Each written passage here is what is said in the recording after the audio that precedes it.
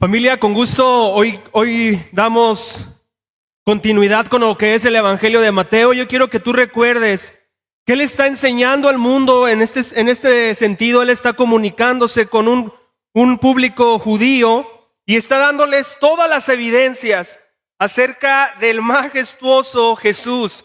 Les empezó a explicar cómo se cumplían las profecías en Jesús, cómo nació, cómo fue anunciado, cómo fue perseguido, cómo Dios cuidaba de Jesús, y está enseñando al mundo entero, no solamente a los judíos, quién es Jesús. Y bueno, comienza con el sermón más ético, la ética más elevada del ser humano, conocido como el Sermón del Monte, una ética que sin Dios no podemos vivir, teniendo compasión, misericordia, pureza, rectitud, interés por el prójimo, una ética súper elevada que solamente con el poder de Dios podríamos vivir. Y lo que está intentando Mateo describirnos a través de su relato conocido como el Evangelio, está enseñándonos a todo el mundo quién es Jesús, la autoridad de Jesús, porque tienes que tomar una decisión al entender la posición de Jesús y la autoridad de quién es Él. Vas a tomar dos decisiones: el poder servirlo porque has visto, has notado por las evidencias quién es Él, o ignorarlo. Nadie se puede quedar a la mitad del camino, ¿no? Pues medio que soy fan, pero no me entrego a Él. Solamente nos está dando evidencias de que vamos a tomar una posición de seguirlo o no.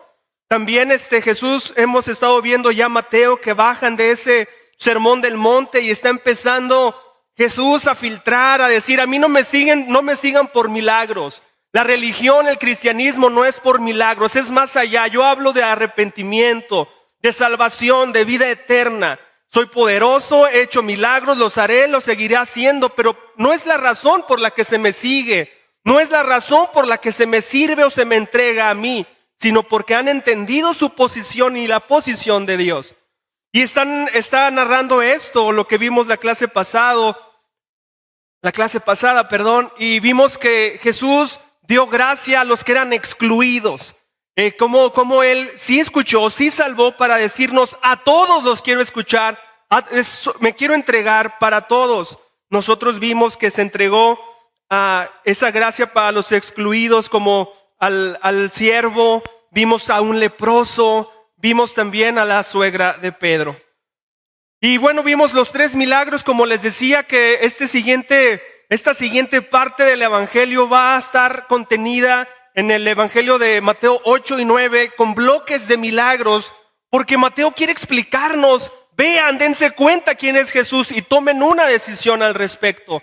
Y bueno, los primeros 3 milagros ya los comenté, que nos mostraba la gracia para los excluidos y un llamado al discipulado, a la vida de un discípulo, donde decía él que los zorros no tenían dónde recostar la cabeza, y veíamos y recordábamos que Jesús nació en una cuna prestada, murió en una tumba prestada, y Él no tenía casa. Y cuando estaba narrando sobre lo de Capernaum, en Capernaum sabemos que vivía con Pedro, así que también en momentos de su vida vivía en casa prestada.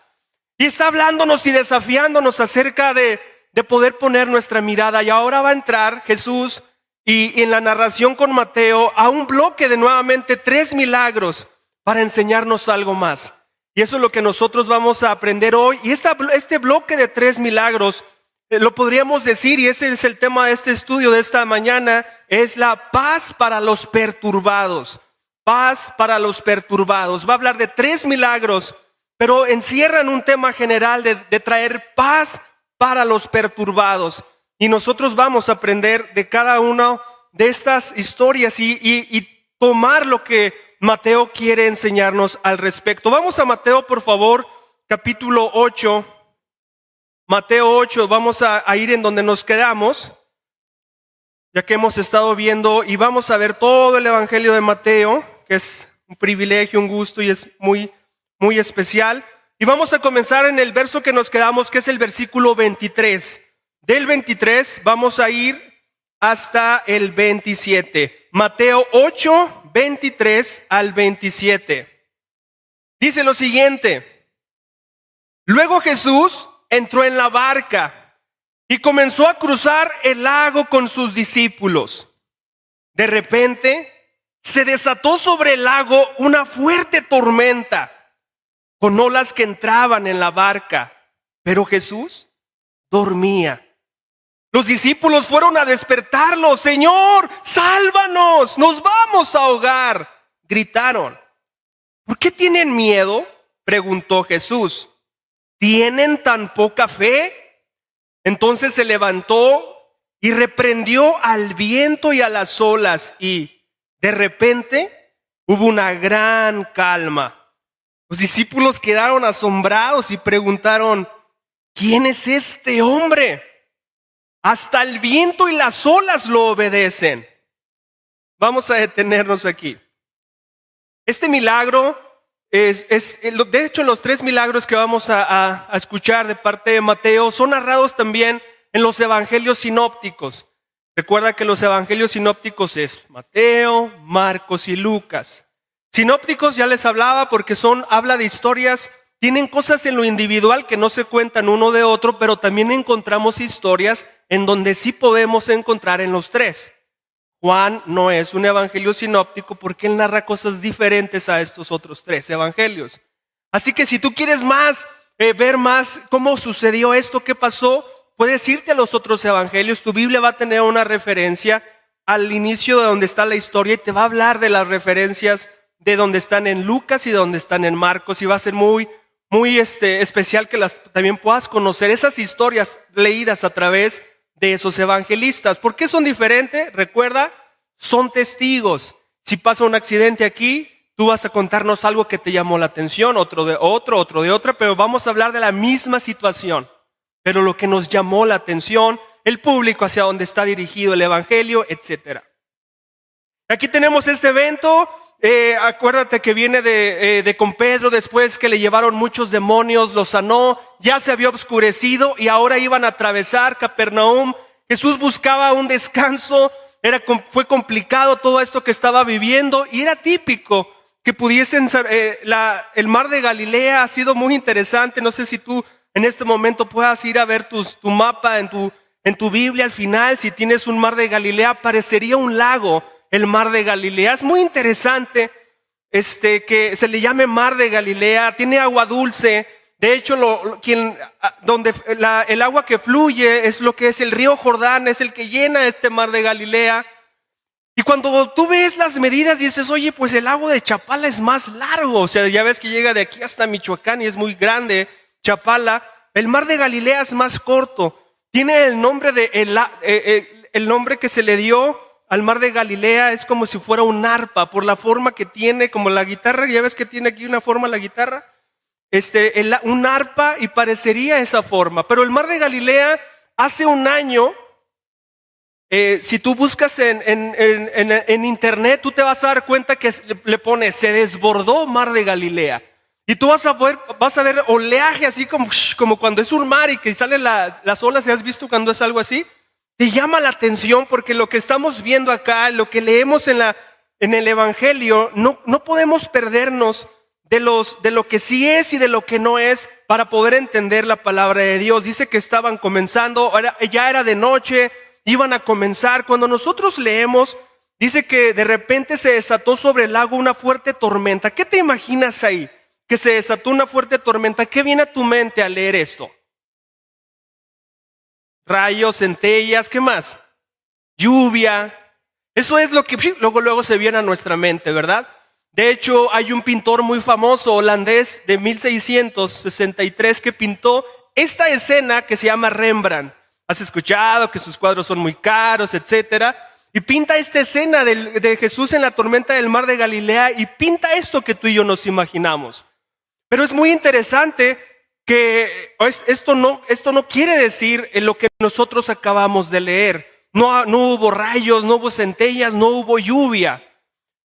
Lo que nos dice la palabra de Dios, hay 2 escenas en donde hay una gran tormenta. La tormenta en donde Pedro camina, ¿recuerdas? Y que tuvo miedo porque sintió muchas cosas. Y esta escena. Pero donde dice que fue una gran tormenta, es en la palabra original es la palabra sismos. Donde nosotros vemos en nuestras traducciones una gran tormenta, es la palabra original hebrea griega, sismos. ¿Te suena esa palabra? ¿Te suena a sismógrafo? ¿Qué suena eso? Cuando se usa a la tierra, cuando esa palabra sismos en griego se utiliza de la tierra, está hablando de un gran terremoto. Pero en esta ocasión es de viento. Pero yo lo único que quiero que tú veas es a una gran tormenta o un gran viento, pero cuando se está utilizando la palabra sismos es que es otro rollo. Un gran viento, un viento demasiado extraordinario, fuera de lo común. Lo que nosotros estamos viendo aquí sería como si fuera una tormenta de viento totalmente agresiva. Y en ese momento que se dio. Entonces, no hay evidencias de que, y de hecho lo que dice la palabra de Dios, lo que calma, no le dice, le dijo a la lluvia, le dijo a los rayos, solamente le dice al viento, a las olas, porque estaba aconteciendo esto. Y lo que Jesús les dice acá está pasando a esto te lo comento, no es para cultura general, sino para que entiendas el contexto. Cuando tú entiendes un sismo en la cuestión de tierra, tú dices, estuvo pesado. Yo creo que no hemos vivido un sismos de viento nosotros. Nosotros sí hemos vivido huracanes o tornados o cosas así, pero imagínate la expresión de algo muy, pero muy fuerte. Este viento era tan fuerte, dice que las olas estaban cubriéndolos. Estos pescadores expertos, porque a eso se dedicaban, cruzaron el mar una y otra vez, pescaron en este lugar. Ahora sí que estos eran sus terrenos. Y imagínate el miedo, cómo estaba la situación para estar aterrados. Pescadores de profesión, casados, y ese era su mar. Como diciendo, este es mi terreno. ¿Te acuerdas cuando le costó el orgullo? Pesca, no, ya pesqué, pesca, avienta la red al otro lado. O sea, ellos sabían esto es mi terreno, Jesús. Pero imagínate cómo estaba la escena, que estaban aterrorizados. Es también muy interesante, pues que Jesús le pasó como a Jonás. ¿Te acuerdas cuando Jonás estaba huyendo? Todos estaban aterrorizados. ¿Y qué estaba haciendo Jonás? Dormido.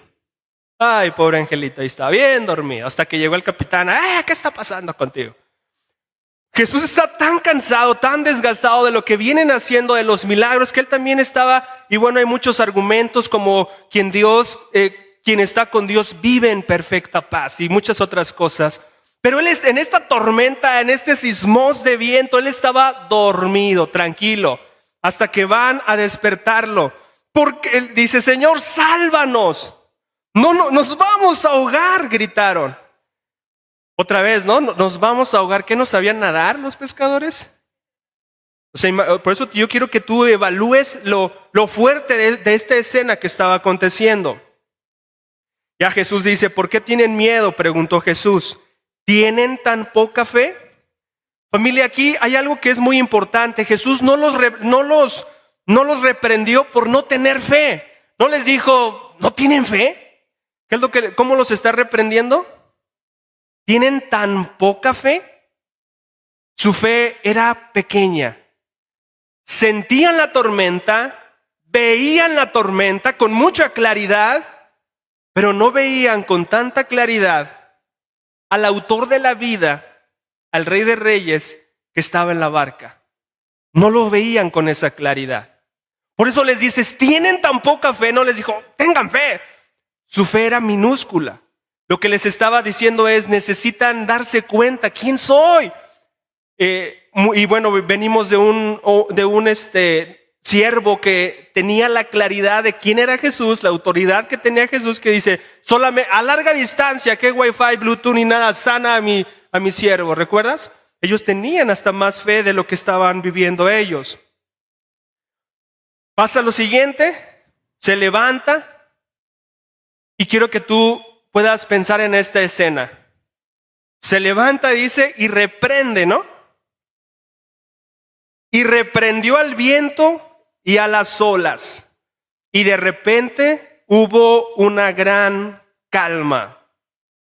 Yo quiero que te imagines todo esto que está ahí, este pavor que están teniendo. Él se levanta y reprende a las olas. ¿Qué te gusta? ¿Qué palabras? Olas, deténganse. O viento alto. Como si nada. Imagínate ese momento. Obviamente vienen de los milagros vividos, etcétera, pero imagínate esas palabras declaradas por este hombre que venía con ellos, que les diste estas palabras y absolutamente todo entra en perfecta calma. Los vientos inmediatamente se quitan, las olas inmediatamente dejan y casi el agua en calidad de espejo. La única reacción natural de ellos fue: ¿quién es este? Que hasta el viento y las olas le hacen caso. Lo que Mateo está diciéndonos es: público, dense cuenta de la autoridad de Cristo. La naturaleza aún obedece su voz. ¿Quién más? ¿Quién más puede pararse ahí que pueda hacer cosas y que le diga al viento algo, que se pare y que le diga algo y le obedezca las fuerzas de la naturaleza? ¿Quién? ¿Quién en el mundo? ¿Quién en el universo? Pero ese hombre en esa barca, sí. Y ellos lo atestiguaron. Para ellos fue: ¿quién es este hombre? Y Mateo está respondiendo: es el hombre con más autoridad en el mundo. Tienen que tomar una decisión acerca de él. Su fe tiene que incrementar porque ustedes se acercan a ese, o sea, tienen tan poca fe, pero ustedes tienen que quitarse el velo de sus ojos porque se acercan a personas que aún la naturaleza se somete a su voz, a sus órdenes. Y es increíble. Yo quiero decirte, no sé qué estás pasando ahora, no sé cómo fue tu semana, no sé cómo sea tu barca, no sé cómo sea tu tormenta. Pero tú y yo, algo que hemos aprendido a orar, no queda un cristiano estresado. Un cristiano preocupado. Eso significa que estamos viendo mucho más a nuestras olas, mucho más a nuestro viento que a nuestro Señor. Lo que Dios nos está diciendo es: ¿quién está en tu barca? No hay cosa que no pueda ayudarte o someterte a Jesús, no a ti. Yo sé que hay cosas que vivimos que no comprendemos, enfermedades, asaltos, cosas que enfrentamos, traiciones. Pero lo que está diciendo Mateo es: dense cuenta, ¿quién está ahí? Yo no te hablo de decir, ten fe. Yo lo que te estoy tratando de transmitir es: ¿por qué tan poca es nuestra fe? Y la verdad es que sí vivimos estresados. Nuestros trabajos han tenido, y las ocupaciones que hemos tenido han tenido la capacidad de inquietar nuestro corazón. Y Jesús está en nuestra barca. Si está dormido para ti, despiértalo y pide su ayuda. Pero lo que está hablando Mateo está diciendo: ¿y quién es este hombre? Y no lo va a responder Jesús a esta pregunta, ahora lo va a responder otra persona. Y vamos al siguiente milagro. Dice: cuando Jesús llegó al otro lado del lago, a la región de los Gadarenos, 2 hombres que estaban poseídos por demonios salieron a su encuentro. Salían de entre las tumbas y eran tan violentos que nadie podía pasar por esa zona. Comenzaron a gritarle: ¿por qué te entrometes con nosotros, Hijo de Dios? ¿Has venido aquí para torturarnos antes del tiempo establecido por Dios? Sucedió que a cierta distancia había una gran manada de cerdos alimentándose. Entonces los demonios suplicaron: si nos echas afuera, envíanos a esa manada de cerdos. Muy bien, vayan, les ordenó Jesús. Entonces los demonios salieron de los hombres y entraron en los cerdos, y toda la manada se lanzó al lago por el precipicio y se ahogó en el agua. Versículo 33. Los hombres que cuidaban los cerdos huyeron a la ciudad cercana y contaron a todos lo que había sucedido con los endemoniados.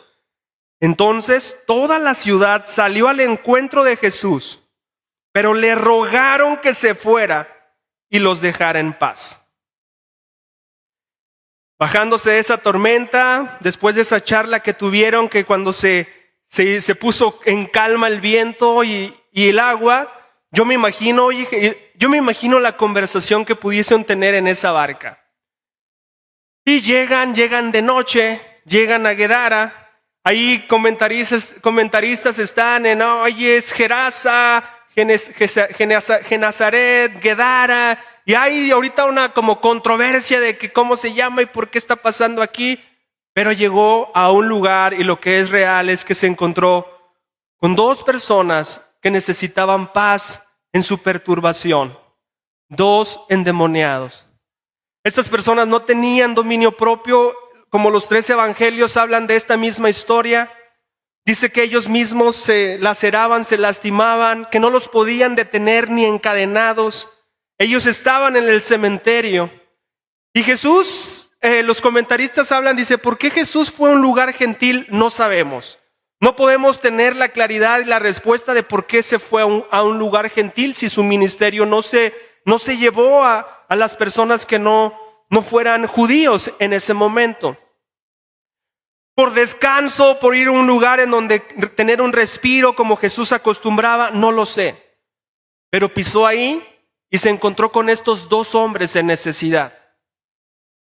Y lo más interesante que Mateo nos está enseñando es que aún en el mundo espiritual maligno, si el hombre, si la mujer no reconoce quién es Jesús, no entiende quién es Jesús, lo que nos está enseñando, te estoy demostrando que el mundo espiritual sí sabe quién es Él y se somete a Él.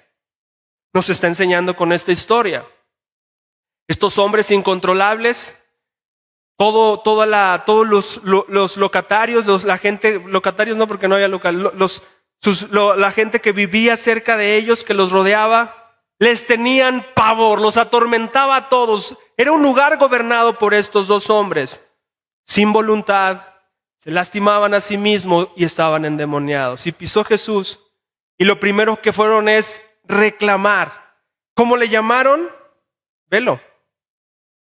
Estos demonios, dice, salían entre las tumbas, eran tan violentos que nadie podía pasar por esas. Comenzaron a gritarle, ¿por qué te entrometes con nosotros, Hijo de Dios? Todo lo que está haciendo Mateo para convencer a la gente que Jesús es el Hijo de Dios. En el mundo espiritual saben perfectamente que Jesús es el Hijo de Dios. Posteriormente dice, ¿has venido aquí a torturarnos antes del tiempo establecido por Dios? ¿Has venido a torturarnos antes del tiempo establecido por Dios? En el mundo espiritual sabe que va a haber un día de juicio. Un día en donde todo se va a detener. Ellos lo saben, están completamente seguros. Por eso dice, oye, pues ¿qué onda? Todavía nos falta, ¿no? Ellos están convencidos. Nosotros a veces parece que no tanto. Queremos vivir nuestra vida, vive una vida, solamente se vive una vez. Vivamos como una fiesta. Los endemoniados sabían que hay un tiempo marcado por Dios y se cumplirá de que va a haber un juicio, un hasta aquí para todo el mundo. Después, obviamente, lo que dice la palabra de Dios, dice que tuvieron una conversación, no eran los hombres, eran los demonios. Y hablaba de que hay una gran manada de cerdos. Dice, ayúdanos, échanos dentro de esos cerdos. Y hay muchas controversias, o hay muchas como, oye, pero ¿por qué? ¿Qué pasó aquí? Yo lo único que quiero que tú, Mateo lo que más busca, y no da tantos detalles Mateo como los otros evangelios, porque Mateo se quiere centrar a que, ¿qué hombre, con qué autoridad puede parar el viento y el mar? ¿Qué hombre? Y luego, bueno, ¿quién es este hombre? Bueno, mira lo que los demonios opinan de él. Oye, pero yo creo que no es una cuestión de demonios, es una cuestión psicológica, perturbada en la mente, un problema psiquiátrico tal vez. Y lo que se explica es que tal vez permitió esta situación de los cerdos, porque si les quitan los demonios a estos dos, y así nomás, dice, ya voy a ser un problema psiquiátrico, ya lo vi. Sino, ellos vieron qué pasó aquí. Se demostró que verdaderamente existe el mundo espiritual maligno que puede traer hacia nosotros muchos problemas. y permitió a los cerdos, considerando para un judío un animal inmundo que no se come, que no esto, permitió eso. Pero ¿te imaginas esos 2,000 cerdos arrojarse por un precipicio también a donde ellos venían en el mar de Galilea? Todo esto sucede en la noche. Y algo que ocurre, familia, es lo siguiente. Algo que sería para mí, y no es un enfoque de Mateo, sería un paréntesis. Quiero que tú, cuando tú veas la Biblia, porque yo sé que somos y deseamos ser personas que vayamos a la Biblia, yo quiero que notes, ¿para qué vino el enemigo? 3 cosas. Viene para matar, viene para robar y viene para destruir. Tú vas a ver evidencia de todo eso. Se van a los cerdos y los cerdos los vuelven locos. Porque el enemigo viene para robar, viene para matar y viene para destruir. ¿Qué hacían estos 2 chicos endemoniados? Se golpeaban a sí mismos, todos mal. Que viene para matar, para robar y para destruir. Algo que yo quiero que tú estés viendo y observando en la palabra de Dios es que de alguna manera ellos quieren poseer o habitar en donde puedan colarse. Vuelvo a repetirlo. Quieren habitar o estar en donde puedan colarse. ¿También te acuerdas las palabras de Jesús? Tu casa está barrida, tu casa está limpia. Cuidado, ¿porque qué? Ahí andan espíritus que dicen, mira, aquí la encontramos barrida y trapeada. Vayamos por otros 7 y habitemos en él. Algo que yo quiero que tengan ustedes mucho cuidado es en no abrir puertas. Porque de eso piden sus limosnas. No abrir puertas. Hay muchas maneras de abrir puertas. Lo que nos dice la palabra de Dios, de hecho, nos protege para no abrir puertas. Gente alcoholizada, gente drogada, es abrir puertas, sin control y dominio propio. Me ha tocado platicar con personas, esto sonará así como algo raro para ti, pero hasta ahorita en mi vida ministerial he visto una conexión de cosas específicamente como si viéramos en la televisión o que nuestro entretenimiento fueran películas de terror, como algo que yo te diría, no lo hagas.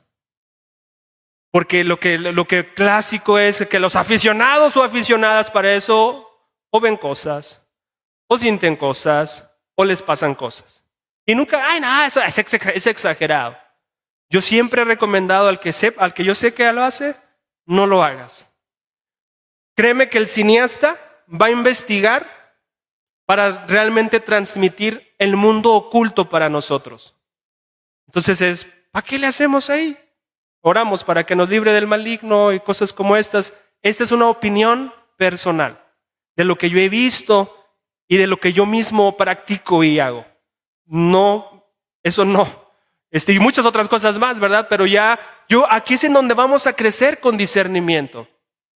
De no abrir puertas. El permitir pecado, lo que Jesús hablaba cuando estaba hablando este ejemplo, es no permitas pecado en tu vida. Permitir pecado en tu vida es abrir la puerta a quien quiere venir a matar, robar y destruir. Estos cerdos se evidencia que estos hombres sí estaban endemoniados, que no era un problema psicológico. Estos cerdos son víctimas más de los demonios, se ahogan. Y lo más triste, la escena más triste, no nos dice esto este evangelio, en los demás evangelios sí, que uno de ellos, quiero ser tu discípulo, Jesús, le dice, quiero seguirte. No, ve a tu familia, cuéntale lo que pasó contigo. Es lo que le dice. Pero los lugares de ahí, Jesús, vete de aquí. No nos interesas. Qué fuerte declaración, que no les interesó los endemoniados, la libertad, lo que podría ayudarles Jesús, y mejor lo corren de su vida. Pero ¿qué nos deja este milagro que Mateo nos está queriendo convencer? Los demonios y el mundo espiritual saben, reconocen y se someten ante la autoridad de Jesús. La pregunta es, ¿quién es ese hombre para ti? ¿Quién es Jesús para ti? Y vamos adelante, también Mateo quiere terminar este bloque con este siguiente milagro. Jesús subió a una barca y regresó al otro lado del lago a su propia ciudad. Unos hombres le llevaron a un paralítico en una camilla. Al ver la fe de ellos, Jesús le dijo al paralítico: ánimo, hijo mío, tus pecados son perdonados. Entonces algunos de los maestros de la ley religiosa decían en su interior: es una blasfemia. ¿Acaso se cree que es Dios? Jesús sabía lo que ellos estaban pensando, así que les preguntó: ¿por qué tienen pensamientos tan malvados en el corazón? ¿Qué es más fácil decir? ¿Tus pecados son perdonados? ¿O ponte de pie y camina? Así que les demostraré que el Hijo del Hombre tiene autoridad en la tierra para perdonar pecados. Entonces Jesús miró al paralítico y dijo: ponte de pie, toma tu camilla y vete a tu casa. El hombre se levantó de un salto y se fue a su casa. Al ver esto, el temor se apoderó de la multitud y alabaron a Dios por darle semejante autoridad a los seres humanos. Ok.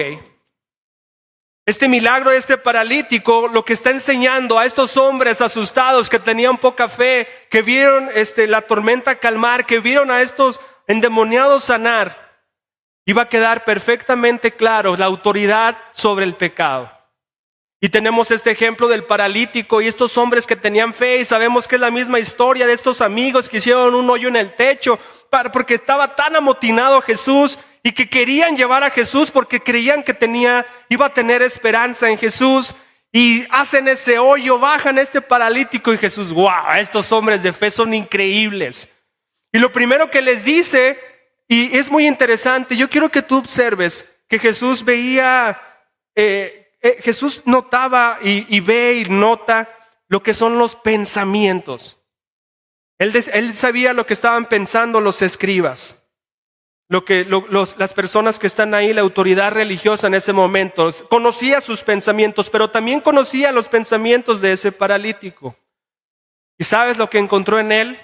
Mucha culpabilidad. Él asumía que su enfermedad era por su pecado, por lo que él lo merecía. Estas palabras no eran para desafiar a los demás, para que vean que yo perdono. Se dio ese momento y tuvo esta oportunidad, pero principalmente es porque sabía los pensamientos de este hombre que estaba bajando. Él lo primero que necesitaba sentir era ese perdón de Dios. Y le dice: tus pecados son perdonados. Él conocía los pensamientos de él. Y ya después se da esta situación de ¿qué es más fácil? ¿Se necesitaría una evidencia de decirle a alguien tus pecados son perdonados? ¿Se necesitaría evidencia? Cualquier persona podría decirlo. Pero a ver, que se pare alguien y que le diga: a ver, paralítico, levanta tu camilla y anda. ¿Quién lo puede hacer? Para demostrar esa autoridad de perdonar pecados. Por eso les pregunta: ¿qué es más fácil? ¿Decirle a este paralítico tus pecados son perdonados o toma tu camilla y vete? La respuesta obvia es decirle: no, Jesús, pues toma tu camilla y vete. Pues para que vean quién es el Hijo de Dios, tú toma tu camilla y vete. Se levantó de un salto y se fue súper contento. Familia, Dios tiene tanta autoridad aún para perdonar tus pecados. No quieras pretender ganarte el perdón de Dios por obras buenas, por obras justas, porque te lo merezcas. No habrá obra buena que hagas para decir: borrado, uno menos, con esto ya se suplió. Pero yo quiero preguntarte, ¿tú ya cómo has dejado de apreciar o valorar? Porque tu boca, si tú eres un discípulo, pronunció: Jesús es mi Señor y mi Salvador. Tú le estás diciendo así como si fuera en ese mismo momento: Mónica, tus pecados son perdonados. Al que tiene autoridad para perdonarlos. ¿Qué tan feliz te hace sentirte eso? Nunca pienses que fue... y esa parte, lo que estaba pasando eso es: Dios, qué increíble es que tú tienes la capacidad para perdonar mis pecados. Porque aun cuando nos bautizamos y vivimos una vida, ¿qué hemos visto en nuestra realidad, familia? Que cometemos pecado. Y nos sentimos mal. Y muchas personas podemos querer cubrir nuestros pecados con servicio, cubrir nuestros pecados con dinero, cubrir nuestros pecados con buenas obras, alguna manera, pero yo quiero recordarte, tú le dijiste a la persona correcta que perdonara tus pecados y se lo sigues diciendo cada día. Él tiene autoridad. Por eso necesita ser adorado, apreciado, engrandecido y valorado en nuestro corazón. Para nosotros es una historia, es una lectura. Pero imagínate a esos 12 que vivieron todo eso. Nos lo están contando como un testigo presencial. ¿Te imaginas cómo era su corazón? Y yo quiero decirte que tengas paciencia en tu corazón, porque estas experiencias no hicieron de Pedro un Pedro que tú lo ves aguerrido y muriendo por el evangelio. Todavía Pedro tuvo que pasar, todavía tenía miedo, todavía tenía inseguridad. ¿Te acuerdas cuando Pablo lo reprendió porque estaba siendo hipócrita con los gentiles? Todavía hay un proceso. Lo único que quiero decirte en este día es, siéntete tan contento, tan contenta de que eres un seguidor y una seguidora de Jesús. Porque Jesús es verdaderamente el Hijo de Dios. Porque Jesús verdaderamente tiene autoridad. Y es muy especial que sea tu Señor. Es un privilegio. El que tú lo entiendas, también eso es algo muy especial. Porque tú sabes, ¿verdad? Que hay quienes no quieren seguirlo. No sé qué puedan verle para decir yo no. Tal vez quieran confundir, es que la religión, es que no. Yo quiero que veas a Jesús. No te confundas con nada más. Piensa en ti mismo, no pienses cómo estoy reaccionando con la religión, con una iglesia. No, piensa en esto. ¿Cómo estoy reaccionando para con Jesús? En esa barca, ¿quién es Él para mí? Y eso definirá tu vida hoy. El cómo estamos reaccionando ante Él. Vamos a sentirnos en nuestra vida, y es muy increíble porque Jesús va a permitir tormentas y tormentas en nuestra vida. Pero nos dice, yo voy contigo. Y en el momento que la tenga que calmar, en el momento, yo la calmaré. No antes, porque tu carácter después se vuelve débil. Segundo, no hay problema, no hay situación. Si tu situación fue tan complicada, si abriste puertas por imprudencia, por necedad, por lo que quieras, se someten a mi voz. No hay problema. Y la otra, yo sé que te equivocas, necesitas salud moral. Yo estoy dispuesto a perdonarte. Y otra vez, Jesús, otra vez. De hecho, a mis seguidores les decía que perdonaran 70 veces 7 en un día. ¿Quién crees que les enseñó? Yo. Yo perdoné al quien me enterró ese clavo aquí. En el momento. ¿Quién soy yo para no perdonarte? Los cristianos somos muy privilegiados porque seguimos a un Jesús vivo, porque está a la diestra de Dios, vivo, viéndonos y estando con nosotros. Adorémoslo con todo el corazón. Respetémoslo, sintámonos seguros, porque verdaderamente es el Hijo de Dios. Él tiene paz para los perturbados. ¿Eres tú hoy un perturbado? Él quiere darte la paz. Después va a venir el desafío de ser un discípulo, pero no nos va a dar tiempo para verlo hoy. Acompáñame en una oración. Todopoderoso que estás en el cielo, muchas gracias, porque aún nuestras oraciones son elevadas gracias a los méritos de Cristo Jesús. Dios, yo no conozco, tú sí, todo lo que les perturba en este momento a los que estamos escuchando hoy en esto o en algún otro momento que estamos escuchando esto. Yo quiero pedirte, Padre, que dejen de sentirse abrumados como los abrumó ese sismos de viento a los apóstoles y que puedan acudir a ti, Señor. Danos más fe, incrementa nuestra fe, porque nos hemos dado cuenta que en nuestra vida pasamos muchas tormentas. COVID-19 fue un gran tsunami para muchos de nosotros. Murieron familias, se enfermaron, perdimos trabajos y tantas cosas sucedieron. Pero si hoy estamos vivos es porque tú nos has dado gracia. Te pedimos, Dios, que nos perdones por abrir puertas que nunca debimos haber abierto. Te pedimos ayuda, Señor, y te pedimos perdón por nuestros pecados. Y vamos a sentir gozosos de que verdaderamente tú nos perdonas porque tú eres el que tienes autoridad. Te damos gracias, te alabamos, bendecimos tu nombre. Y es en Cristo Jesús en quien te pido y oro esto. Amén. Amén, familia.